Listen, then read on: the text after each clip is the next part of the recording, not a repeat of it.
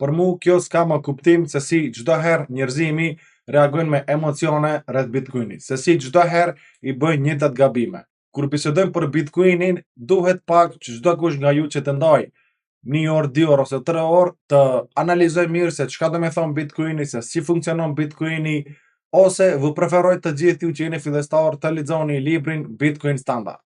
Atëherë do të keni të qartë se si funksionon Bitcoini dhe pse Bitcoini afatgjatë çdo herë do të jetë kryesori dhe do të udhëheq tregun. Do të jetë udhëheqësi i tregut për kripto. Problemi është shumë i thjeshtë. Kena pasur vite ku Shtetet e Bashkuara Amerikane kanë qenë e gjithë qeveria kundra Bitcoinit. I kene kaluar edhe ato, ku të gjithë SEC-u dhe Gary Gensler kanë qenë kundra Bitcoinit, ku çdo sen kanë bërë kundra kriptovalutave dhe Bitcoinit. Sot jemi në një kohë ku kena një qeveri që është pro Bitcoinit, ku kena një qeveri ku e kena edhe SEC-un është pro Bitcoinit, më i përkro Bitcoinin posaçërisht kriptovalutat. Jena në një kohë ku shumica e institucioneve që kanë në qarkullim miliarda investojnë në Bitcoin, ku shumica e bankave botërore investojnë në Bitcoin, ku shumica e shteteve, rezervat e veta shtetërore i ruajnë në Bitcoin. Dhe shumica e njerëzve reagojnë me emocione. Bitcoini u ka ngrirë çmim $10,000 nalt dhe njerëzit janë të lumtur. Nesër ndodh ndaj lajm ose ndodh përsëri në luftë,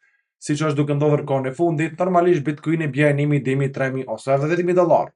Dhe mënjëherë njerëzit reagojnë me emocione dhe janë në gjendje paniku. Pse Bitcoini ka rënë $10,000. Kena pasur edhe kohë ku Bitcoini nga $60,000 ka rënë në $16,000, ku shumica e njerëzve kanë shkruar posaçërisht mediat janë ata që manipulojnë shumicën e tregut, se kur ndodhin rrëmjet e Bitcoinit, mediat dalin një mas tjetrës lajme se si Bitcoini do të përfundojë në zero, se si shumica e njerëzve kanë humbur në Bitcoin. Posaçërisht mediat e sulmojnë edhe i bën llogarit Michael Saylor se si Michael Saylor është me miliarda në humbje me Bitcoin, se si strategjia e tij DCA nuk ka funksionuar me Bitcoinin dhe se në cëllën çmim do të likuidohet Michael Saylor. Mediat, kur bie Bitcoini, mediat masivisht bëjnë kështu lajme. Mediat, pse bëjnë këto lajme? Mediat e kontrollojnë shumicën e njerëzve. Shumica e njerëzve janë ato fillestarë në kripto. Ndërsa ju reagoni me emocionet, ato përfitojnë miliarda, milione në qarkullim me Bitcoin dhe bëjnë blerje dhe shitje. Mund të parashtroni pyetje, po ka persona që kanë humbur me Bitcoin. Po, ka persona që kanë humbur me Bitcoin dhe ato janë dy lloj persona. Një person i parë që ka bler Bitcoin pa edukim, që ka bler Bitcoin në një çmim $120,000, $130,000 dhe e ka bler në një çmim më të lartë që ka qenë në atë cikël. Dhe normalisht që Bitcoini, si çdo kriptovalutë ose si çdo produkt që është në treg, si goldi, silveri, do të ketë korrigjime.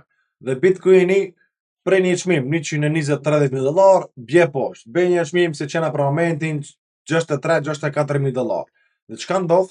Ky personi që e ka bler Bitcoinin në $120,000 nuk ka investuar në edukim disa orë, por ka investuar direkt para në treg dhe hin përsëri në gjendje paniku. Herën e parë ka bler në gjendje FOMO, duke menduar që do të hik Bitcoini, dhe herën e dytë e bën njëtin gabim në anën e kundërt.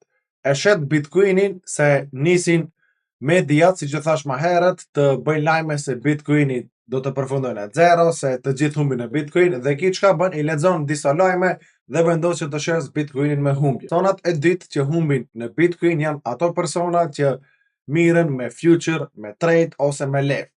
Normalisht se edhe ato persona do të humbin në Bitcoin, se ato bazohen në disa vija në chart që po i shohin dhe duke bazuar në ato vija, ato vendosin që ato të shkojë tregu poshtë ose nalt.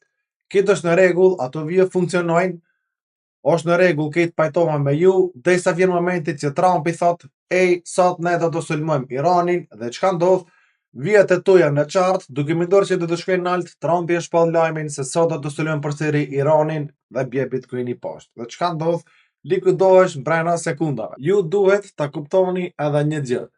Është shumë normale që njerëzit që kanë bler Bitcoin kur ka qenë poshtë në çmim $20, $30, $50,000, që është normale që Bitcoini kur do të rritet mas një periudhe, një vjet ose 2 vjet, që përsëri do të shesin. Ato nuk janë këtu që të pasurohesh ti. Është normale që do të shesin dhe do të marrin fitime. Për këtë arsye, harxoj kohën tënde herën e parë në edukim, investo disa orë ose disa ditë. Analizoj mirë se çka do me thonë Bitcoini, analizoj mirë se çka do me thonë max supply 21 milion. Mësoj këto sene dhe atëherë mund të vendosi që të investojsh në Bitcoin. Për mua Bitcoini personalisht është investim. Afat gjatë është një investim 18 vjeçar dhe mas 18 vjetëve unë do të vendosi se çka do të bëj me Bitcoinin.